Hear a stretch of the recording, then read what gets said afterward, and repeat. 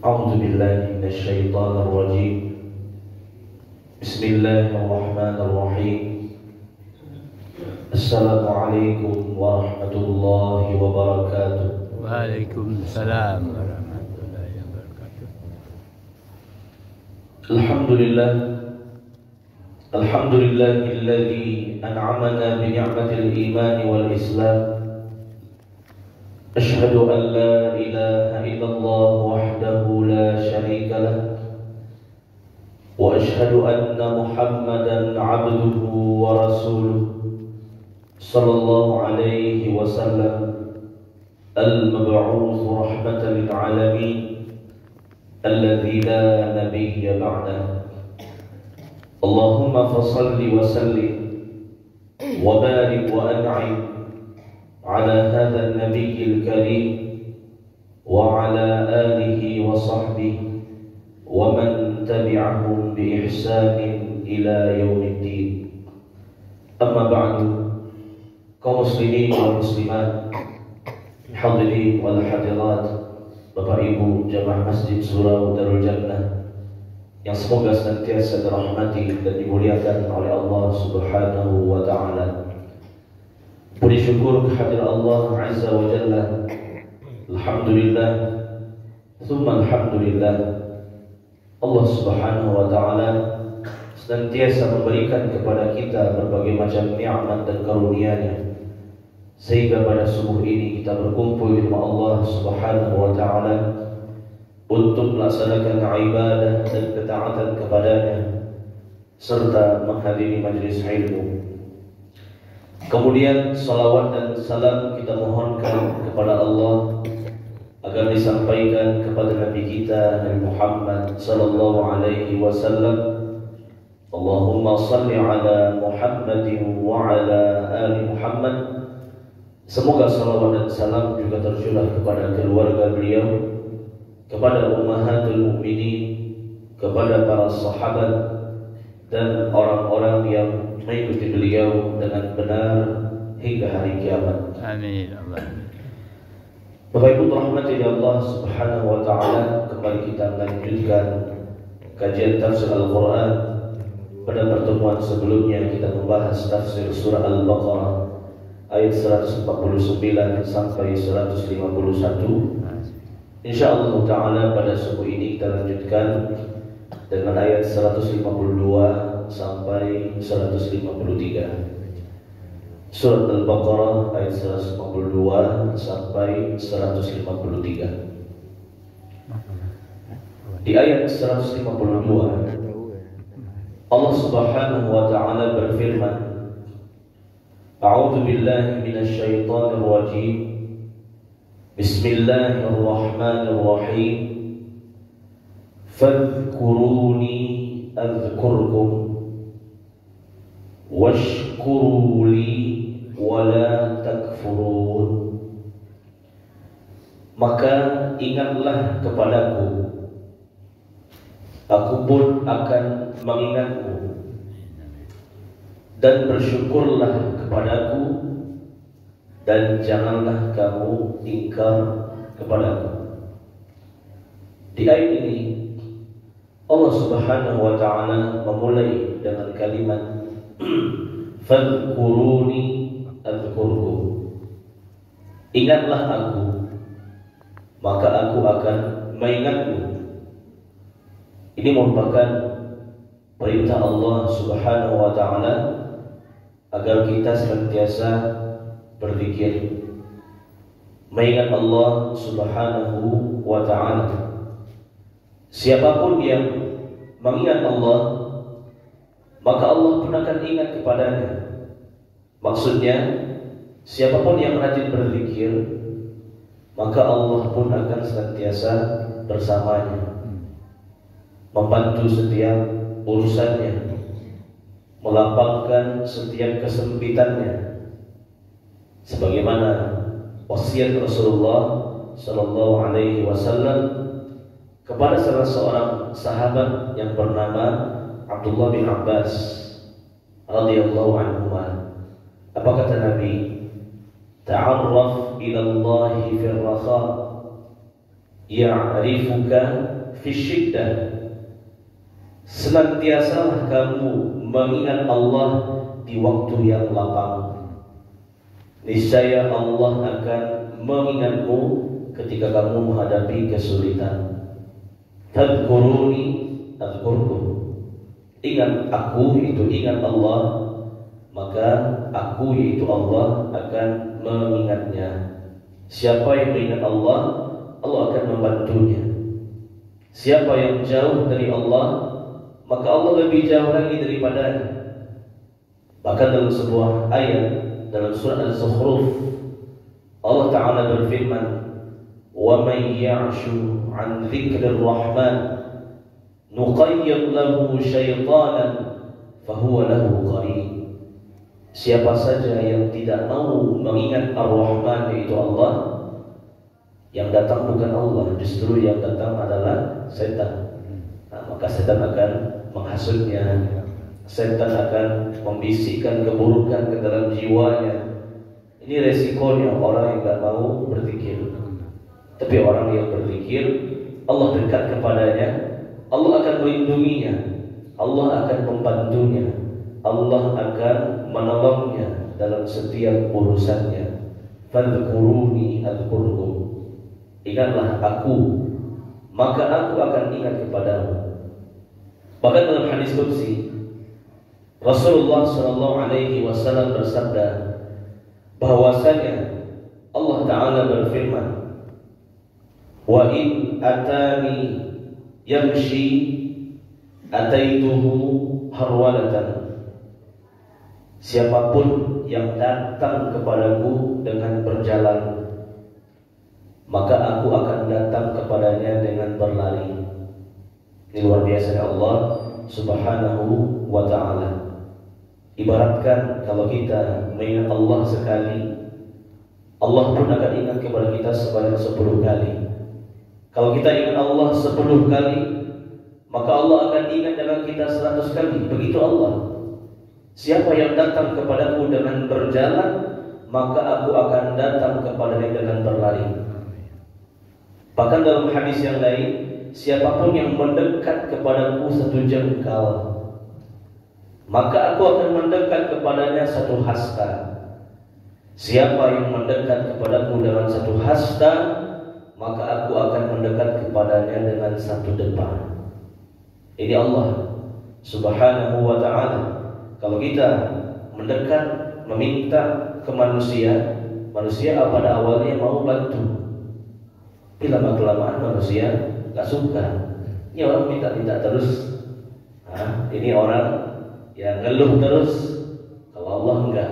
Semakin banyak kita berdoa, makin banyak kita berzikir, makin banyak kita mengadu kepada Allah, Allah semakin dekat dengan kita. Fafirru ilallah. Makanya Allah mengatakan, larilah kamu kepada Allah. Kita berjalan, Allah lari kepada kita. Apalagi kita berlari pada Allah. Kira-kira secepat apa Allah akan membantu dan menolong kita. Fadhkuruni adhkurkum. Ingatlah aku, maka aku akan mengingatmu. Perbanyak zikir, maka Allah akan menolongmu dalam setiap urusanmu. Bahkan Allah mengatakan, Ya ayyuhalladzina amanu udhkurullaha dzikran katsira wasabbihuhu bukratan wa asila.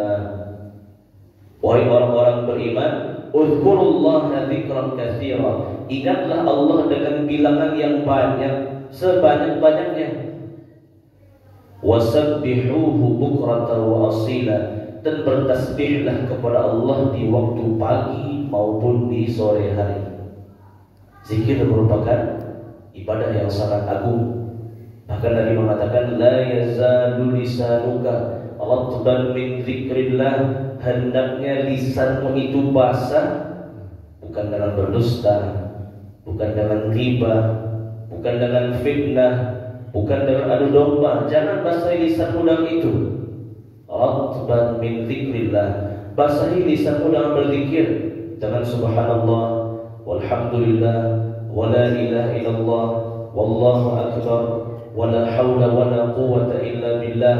Membaca istighfar, astaghfirullahal azim alladzi la ilaha illa huwal hayyul qayyum wa atubu ilaih. La yazalu lisanuka ratban min dzikrillah. Basahi lisanmu dengan berzikir. Niscaya Allah pun akan dekat, membantu dan menolong setiap urusanmu. Lalu Allah melanjutkan, Bapak Ibu, washkuruli, dan bersyukurlah kepadaku. Setelah perintah zikir, Allah perintahkan kita untuk bersyukur. Syukur memang secara bahasa artinya berterima kasih. Namun syukur dijelaskan oleh para ulama harus mencakup 3 hal baru dikatakan sebagai syukur. Yang pertama, asyukru bil qalb, syukur dengan hati. Yang kedua, asyukru bil lisan, bersyukur dengan lidah atau lisan. Yang ketiga, asyukru bil jawarih, bersyukur dengan anggota tubuh atau anggota badan. Washkuruni, kata Allah, bersyukurlah kepadaku dengan hatimu, lisanmu, dan anggota badanmu. Terus yang menjadi pertanyaan, bagaimana cara syukurnya? Kalau syukur dengan hati, kata para ulama, bagaimana syukurnya? Yaitu dengan meyakini seluruh nikmat rezeki itu berasal dari Allah. Ya, kita harus yakin semua nikmat, nikmat kesehatan, nikmat kesempatan, nikmat kehidupan, ya, nikmat apapun yang ada di alam semesta ini, apapun yang kita terima dalam kehidupan ini, semuanya itu milik Allah. Wa ma bikum min ni'matin fa minallah. Apapun nikmat yang kamu terima itu semuanya berasal dari Allah. Enggak ada satupun yang kita punya, itu semuanya punya Allah. Nah, itu syukur dengan hati, meyakini seluruh nikmat berasal dari Allah. Kemudian syukur dengan lisan, ini dengan memperbanyak memuji Allah, termasuk diantaranya dengan berzikir. Itu bentuk syukur. Makanya dikaitkan zikir dengan syukur, karena diantara bentuk syukur adalah syukur dengan lisan, dan diantara bentuk syukur dengan lisan adalah memperbanyak zikir, terutama membaca alhamdulillah. Ya, segala puji bagi Allah. Aku berterima kasih kepadamu wahai Allah. Ini syukur dengan lisan. Dalam sebuah hadis, Nabi SAW ketika mendapatkan nikmat, apa yang beliau ucapkan? Alhamdulillah alladzi bi ni'matihi tatimmus shalihat. Segala puji bagi Allah, dengan seluruh nikmatnya sempurna seluruh kebaikan. Dan lebih luar biasanya, ketika Nabi mendapat musibah pun tetap mengucapkan alhamdulillah. Alhamdulillah ala kulli hal.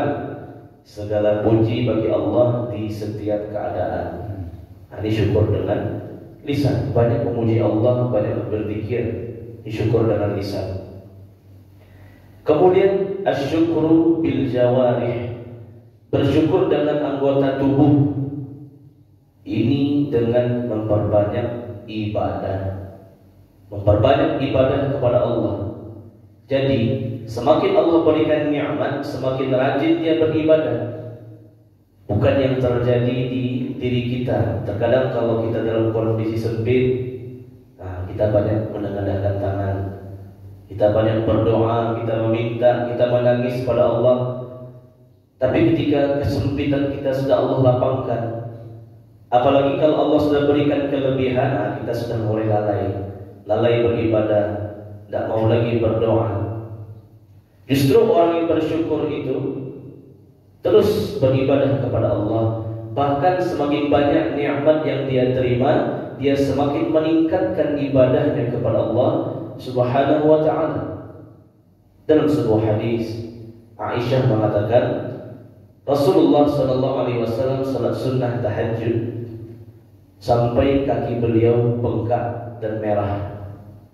Berarti Nabi itu berdirinya lama, panjang. Mungkin juga pernah disebutkan Nabi pernah salat tahajud rakaat pertama membaca Al-Baqarah, Ali Imran, An-Nisa sekaligus.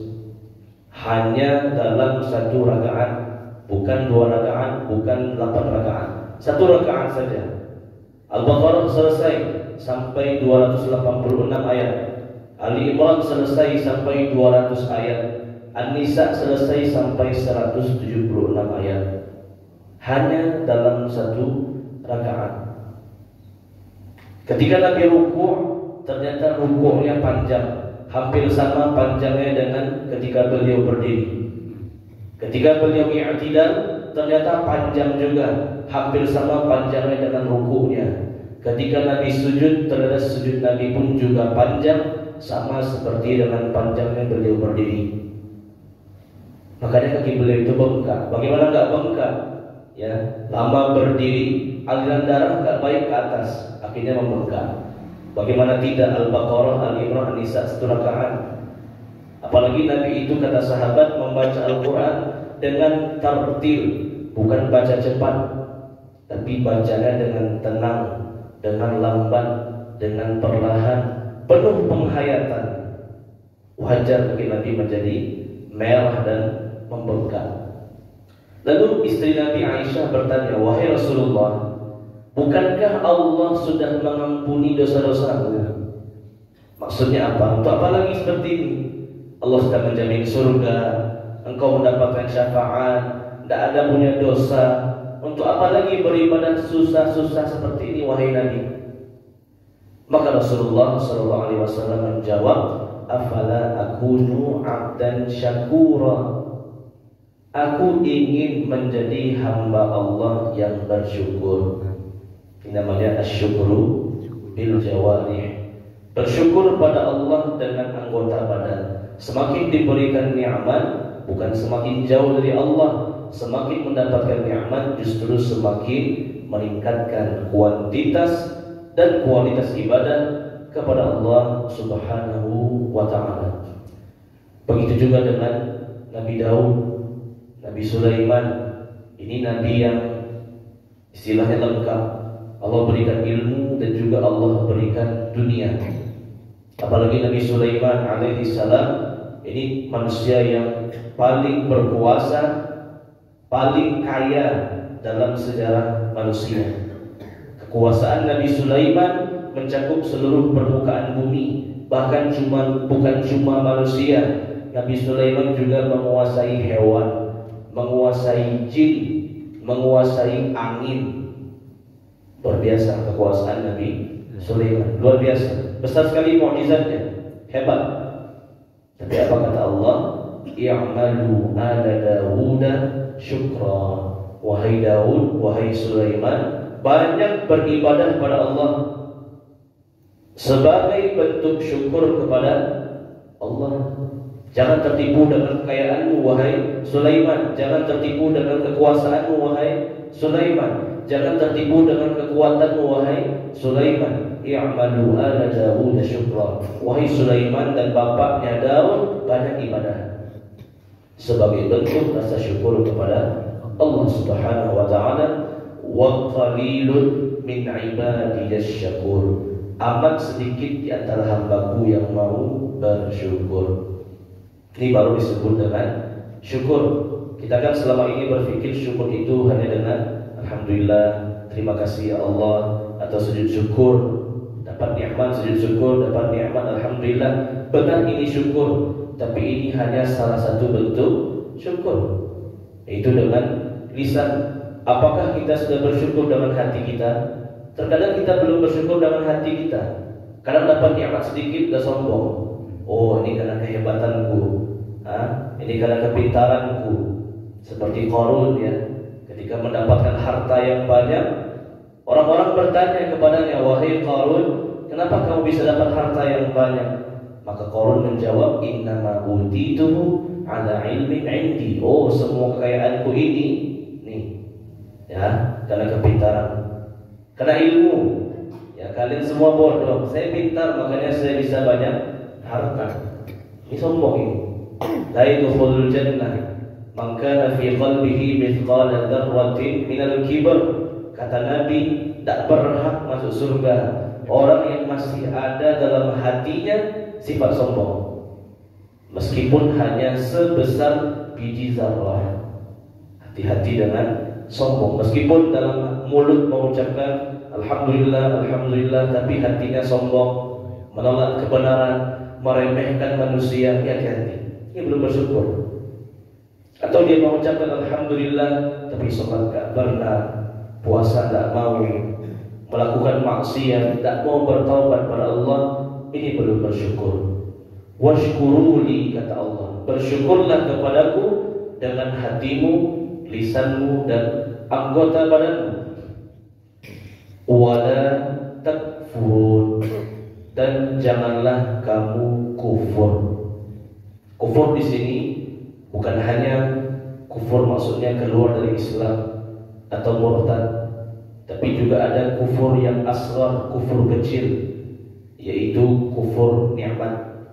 Kufur nikmat kepada Allah Subhanahu wa taala. Kufur adalah lawan dari syukur.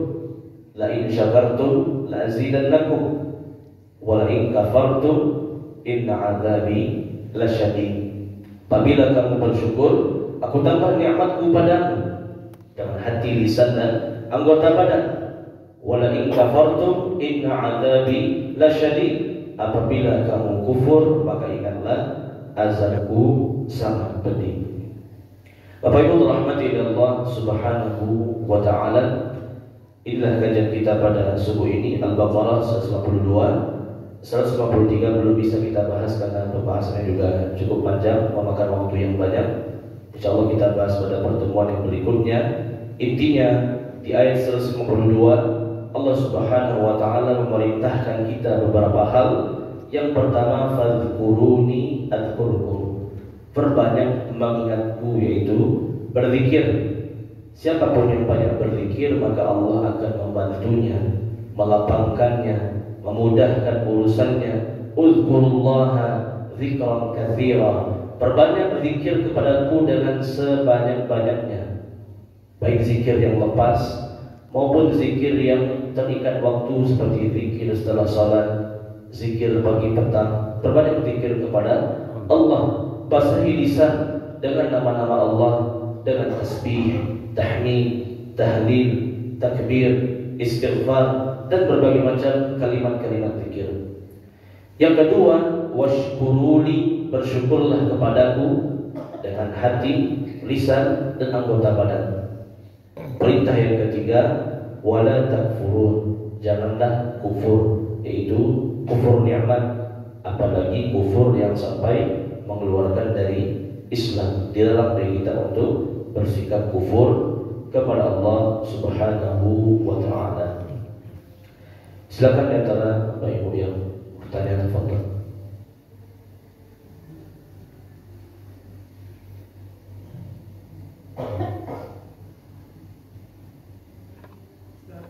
Silakan. Waalaikumsalam.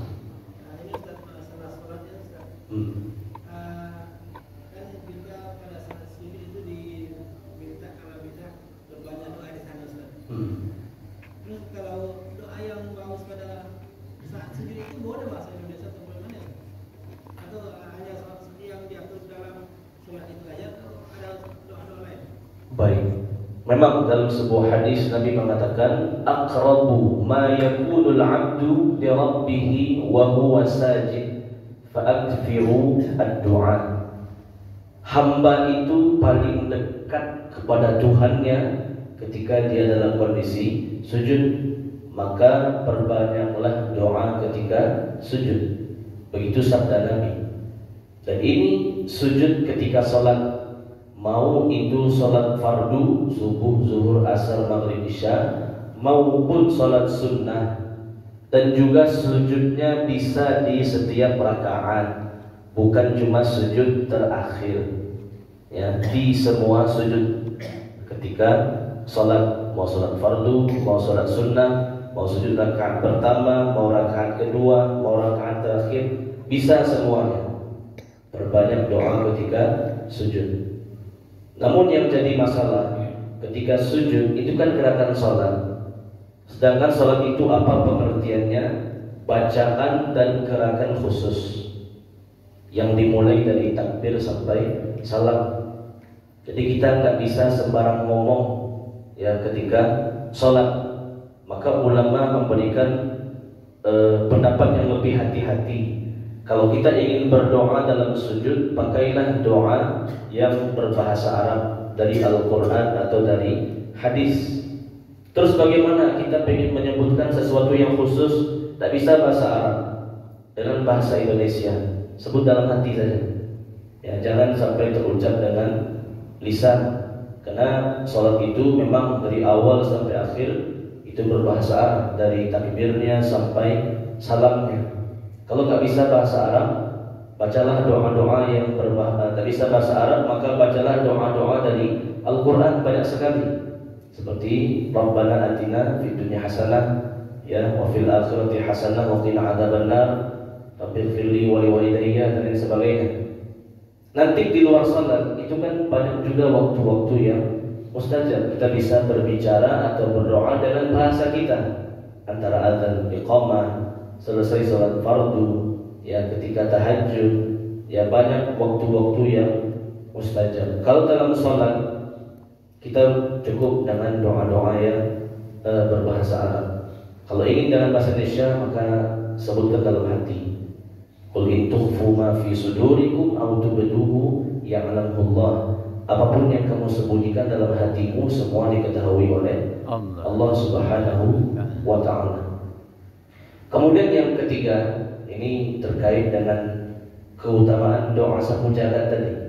Ya, Rabbana atina fid dunya hasanah wa fil akhirati hasanah wa qina adzabannar. Ini doanya memang mewakili apapun yang kita inginkan kepada Allah. Kalau kita membaca Rabbana atina fid dunya hasanah wa fil akhirati hasanah wa qina adzabannar, maka Allah akan mengabulkan apapun yang kita inginkan.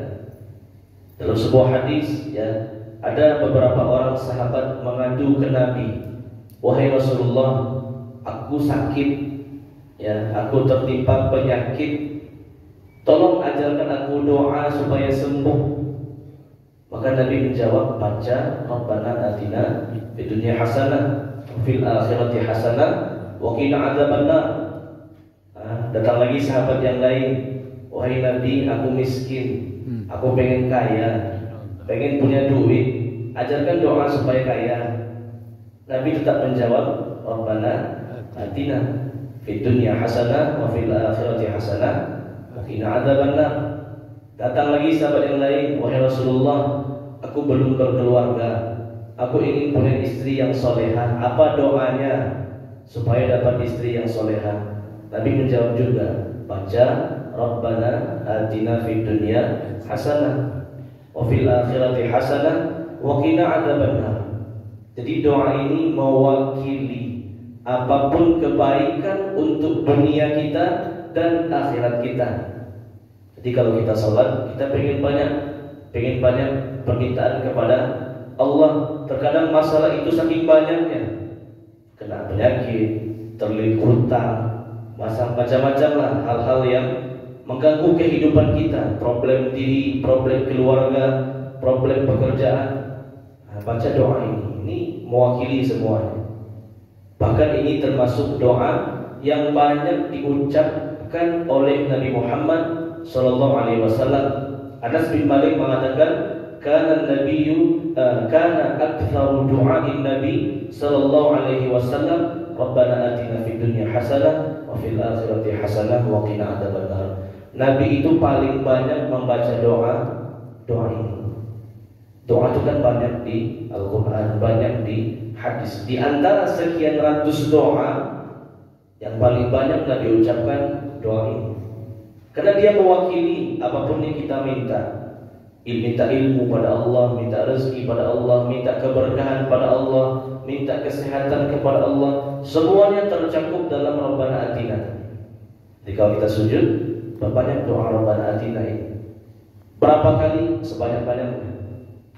Mungkin kalau kita sholat berjamaah terkait dengan imam ya, tidak boleh pula kita karena berdoa, imam sudah duduk, kita masih juga doa, itu tidak boleh. Tapi kalau kita sholat sendiri, sholat duha sendiri, sholat tahajud sendiri, itu lama-lama kan sujud, baca doa Rabbana Atina, itu mewakili apapun yang kita butuhkan, apapun yang kita minta kepada Allah Subhanahu wa Ta'ala. Jangan mengucapkan dengan bahasa selain bahasa Arab. Di luar salat kita bisa minta kepada Allah dengan bahasa yang kita pahami. Tapi kalau salat, kita berusaha menjaga susunan dari salat. Soal itu dari takbir sampai salam semuanya berbahasa Arab. Ya, Allah a'lam bishawab. Silakan.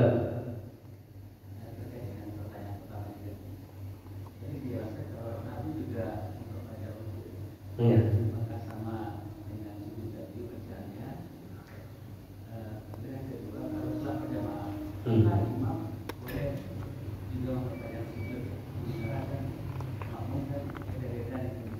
Iya. Baik. Pertanyaan yang pertama, Nabi memperpanjang ruku'. Apa yang Nabi baca ketika ruku'? Ya, maka jawabannya ketika ruku' kita boleh melamakannya. Dengan cara apa? Dengan mengulang-ulangi zikir ruku'. Subhanallahil azim wa bihamdi. Kita biasanya baca 3 kali, sekarang dilebihkan. Boleh lebih dari 3 kali.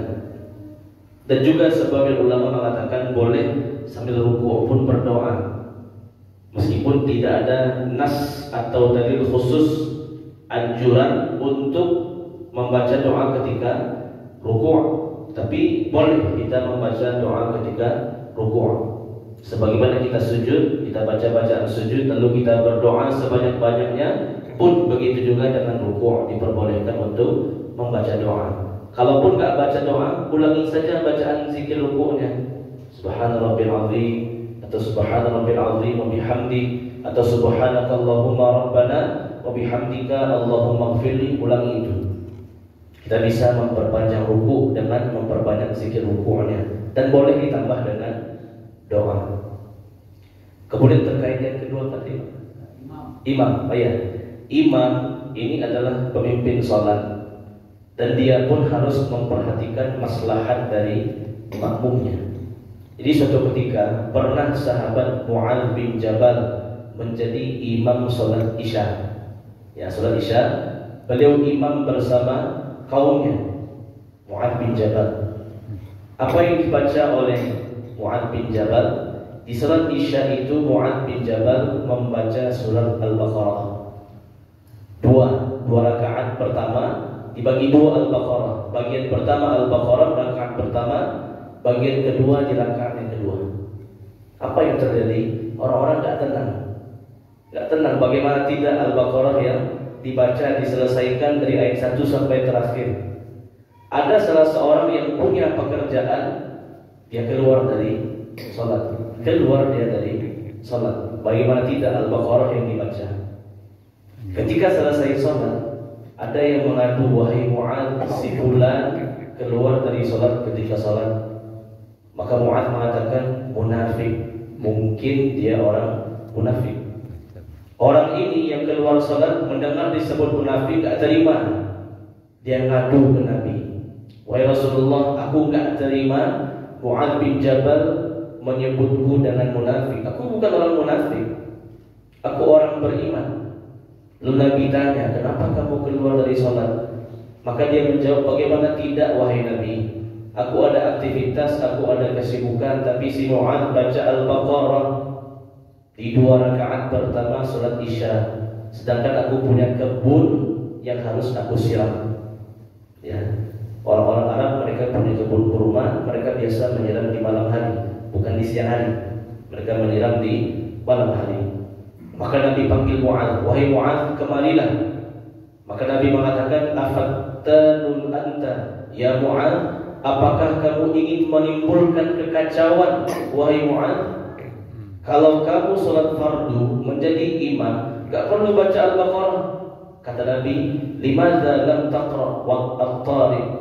Kenapa kamu gak baca surah At-Tariq saja? Was-samaa'i wat-tariq wa ma adraka mat-tariq? Atau kenapa kamu gak baca Al-A'la, sabbihisma rabbikal a'la alladzi khalaqa fasawwa? Kenapa kamu gak baca Al-Ghasyiyah saja? Hal ataka haditsul Ghasyiyah? Kan masih banyak surat-surat yang pendek. Masih banyak surat-surat yang ringkas. Apalagi dalam hadis yang lainnya Nabi mengatakan, wahai imam, bersikap bijaklah, karena boleh jadi orang yang sholat bersamamu adalah orang yang lemah, orang yang tua, atau orang yang sakit. Jadi dalam sholat wajib berjamaah, imam pun harus bersikap bijaksana. Ketika dia meluruskan shaf, dia harus lihat ini orangnya muda, kuat, ini bisa panjang. Ternyata ada yang tua, yang sudah beruban, yang sudah tua renta, jangan panjang-panjang. Termasuk juga ketika ruku dia pendekkan, ketika dia sujud dia juga pendekkan. Ini bersikap bijaksana. Kalau enggak orang akan lari dari sholat berjamaah. Tapi kalau sholat sunnah yang berjamaah seperti tarawih, ya, witir atau i'tikaf, itu kan terkadang ada sholat sunnahnya, maka tidak apa-apa dipanjangkan. Kadang-kadang ini sifatnya sholat sunnah. Tapi kalau sholat wajib ini lebih baik diringkas. Apalagi orang-orang berbeda kondisinya. Tadi kan ada yang bekerja, ada yang sibuk, ada yang punya keperluan. Dia terburu-buru, tergesa-gesa, gak mungkin kita panjang-panjangkan. Maka bersikap bijak sebagai imam sholat, dia pun harus memperhatikan kondisi jamaah atau makmumnya. Ya, Allah Akbar. Silakan Ibu. Waalaikumsalam. Kita diperintahkan untuk zikir dengan bilangan yang banyak. Nah, apakah diperbolehkan Pak Ustadz menggunakan biji tasbih? Apakah ada contohnya zaman Nabi Pak Ustadz?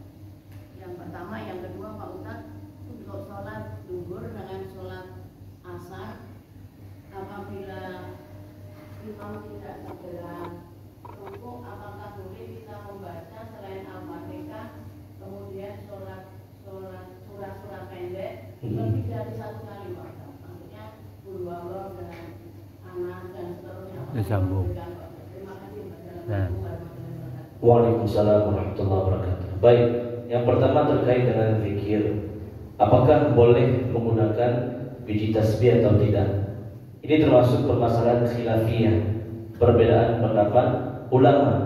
Sebagian ulama membolehkan dan sebagian ulama tidak membolehkan. Anak pribadi condong kepada pendapat yang membolehkan. Boleh saja menggunakan tasbih karena ini hanya sebagai alat. Ya. Namun para ulama sepakat mana yang lebih utama, dengan jari langsung atau dengan tasbih? Tetap jawabannya dengan jari yang lebih baik. Tetap jawabannya dengan jari yang lebih baik. Namun kalau saatnya orang itu menggunakan tasbih, apalagi juga sekarang ada tasbih yang digital ya, tidak harus dalam bentuk biji. Ada yang sambil dipencet-pencet kelihatan udah berapa kali dia berzikirnya. Ada yang 10 kali kelihatan, 20 kali kelihatan angkanya. Ini boleh. Ini hanya sebagai wasilah atau alat saja.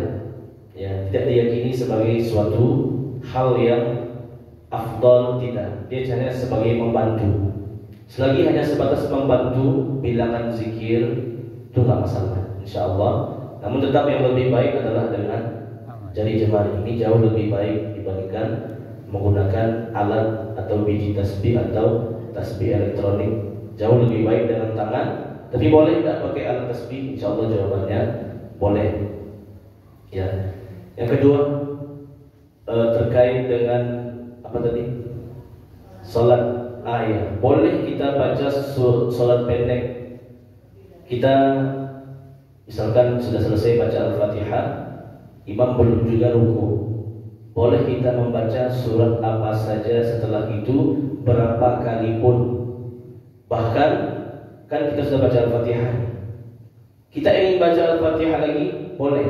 Karena Al-Fatihah yang pertama sebagai rukun sholat, Al-Fatihah yang kedua sebagai sunnah sholat. Karena ayat pendek itu kan sunnah sholat, yang rukun kan Al-Fatihah. La salata liman lam yaqra' bi Fatihatil kitab. Tidak ada sholat bagi orang yang tidak membaca Al-Fatihah. Maka Al-Fatihah yang pertama itu rukun. Setelah membaca rukunnya, mau surat apapun boleh, mau berapa kali pun. Misalkan orang yang baru masuk Islam, mungkin dia cuma hafal Al-Fatihah misalkan, maka selesai dia baca Al-Fatihah, dia baca Al-Fatihah lagi, silahkan. Oh ternyata imamnya panjang, dia ulangi sampai 2 kali, dia ulangi sampai 3 kali, gak masalah, bagus. Karena dia adalah ibadah yang sunnah, rukunnya yang penting sudah selesai tadi. Mau Al-Ikhlas silahkan, mau An-Nas silahkan, mau Al-Baqarah silahkan, mau diulang-ulangi pun gak masalah. Bahkan di rakaat berikutnya surat itu juga gak apa-apa.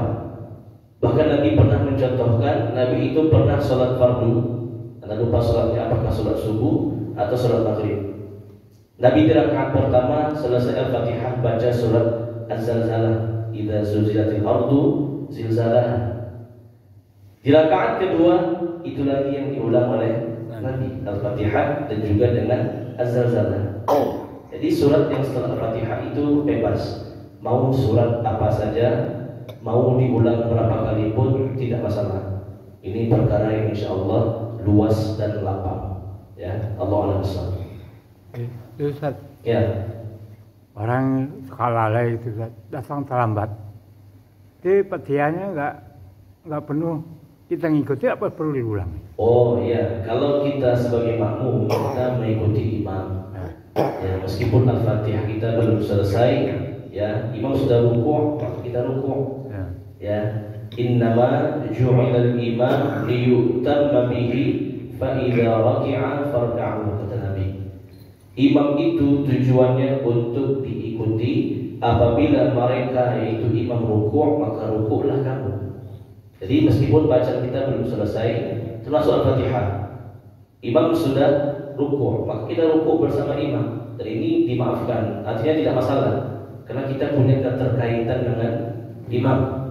Lagi asik-asik sujud, memperbanyak doa, Allah Akbar, kata imam, jangan diteruskan doanya, lanjut kepada duduk antara 2 sujud. Bahkan kata para ulama, ketika seseorang terlambat 2 gerakan dari imam, maka batal sholatnya.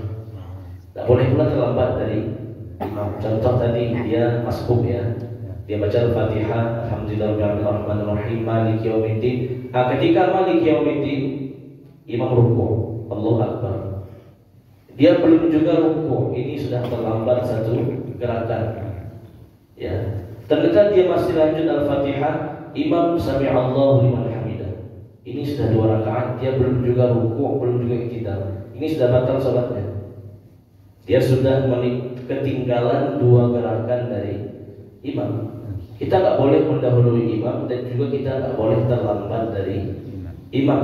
Ketika imam sudah berpindah gerakan Allahu Akbar, ya sudah, kita juga ikut berpindah gerakan bersama imam, meskipun Al-Fatihah kita belum selesai, karena ini adalah sholat berjamaah. Kalau kita memperturutkan baca Al-Fatihah, rusak gerakan jamaahnya, rusak susunan dari ibadah sholat berjamaahnya. Yang satu masih berdiri, yang satu sudah ruku, kan gak bagus. Dan ulama berikan batasan, jangan terlambat 2 gerakan dari imam. Kalau terlambat 2 gerakan dari imam, maka batal sholatnya. Ya, termasuk Al-Fatihah kita selesaikan dah, lanjut kita ruku bersama imam. Allahu a'lam bishawab. Silakan. Assalamualaikum warahmatullahi wabarakatuh. Waalaikumsalam warahmatullahi wabarakatuh. Dalam sholat berjamaah ini Ustaz, saya lihat sewaktu terakhir imam kapan tidak boleh mendahului imam. Kadang-kadang kan banyak orang mendahului imam kan, atau di akhir Allahu Akbar, atau Allah saja orang dah ruku. Jadi kenampakannya jemaah itu tidak sama. Itu yang terjadi. Bagaimana kepastian batasannya? Iya, sholat berjamaah kita kan nggak boleh mendahului imam. Maka kita memang kalau kita bisa melihat gerakan imam, kita pastikan dulu imamnya sudah betul-betul pindah gerakan atau belum. Namun sederhananya, kalau kita ingin bergerak, itu setelah imam selesai membaca Allahu Akbar, Allahu Akbar, baru kita bergerak mengikuti imam. Terkadang baru kalimat A saja, dia sudah menyusul imam. Tidak, selesaikan dulu Allahu Akbar dan imam. Allahu Akbar, baru dia ikut bergerak bersama imam, baik itu ruku' atau sujud atau yang lain sebagainya. Kadang yang jadi masalah ketika sujud, padahal imamnya belum sujud, dia sudah duluan, ya, karena dia baru A saja sudah terjun, ya, langsung dia ke bawah, padahal imamnya belum sampai, belum menempelkan anggota sujudnya yang 7. Ini bahaya. Jadi kita bergerak setelah imam mengucapkan Allahu Akbar. Sudah baru dia bergerak bersama atau menyusul dari gerakan imam. Jangan ketika A belum. Karena kadang-kadang imam, apalagi imamnya mohon maaf sudah tua juga, gerakannya pun lambat. Sedangkan makmumnya muda, kuat, sehat. Ketika A itu, udah terdahului imam jadinya. Jadi supaya selamat Allahu Akbar, selesai kalimat Akbar, baru dia bergerak, apapun itu gerakannya. Begitupun i'tidal, sami Allahu liman hamidah. Jangan ketika sami udah dia berdiri, tunggu dulu, sami Allahu liman hamidah, baru dia i'tidal, bangkit dari rukuk. Ya, Allah a'lam bishawab. Baik, kita cukupkan, mudah-mudahan bermanfaat, mudah-mudahan dapat kita amalkan. Terlebih dan terkurang mohon dimaafkan. Tertutup dengan kafaratul majlis. Subhanakallah bihamdik, asyhadu an la ilaha illa anta, astaghfiruka wa atubu ilaik. Wa sallallahu ala nabiyyina Muhammad wa ala alihi wa sahbihi walhamdulillahi rabbil alamin. Wassalamualaikum warahmatullahi wabarakatuh. Waalaikumsalam. Terima kasih banyak Ustaz. Semoga bisa manfaatnya bagi kami dalam mendengarnya.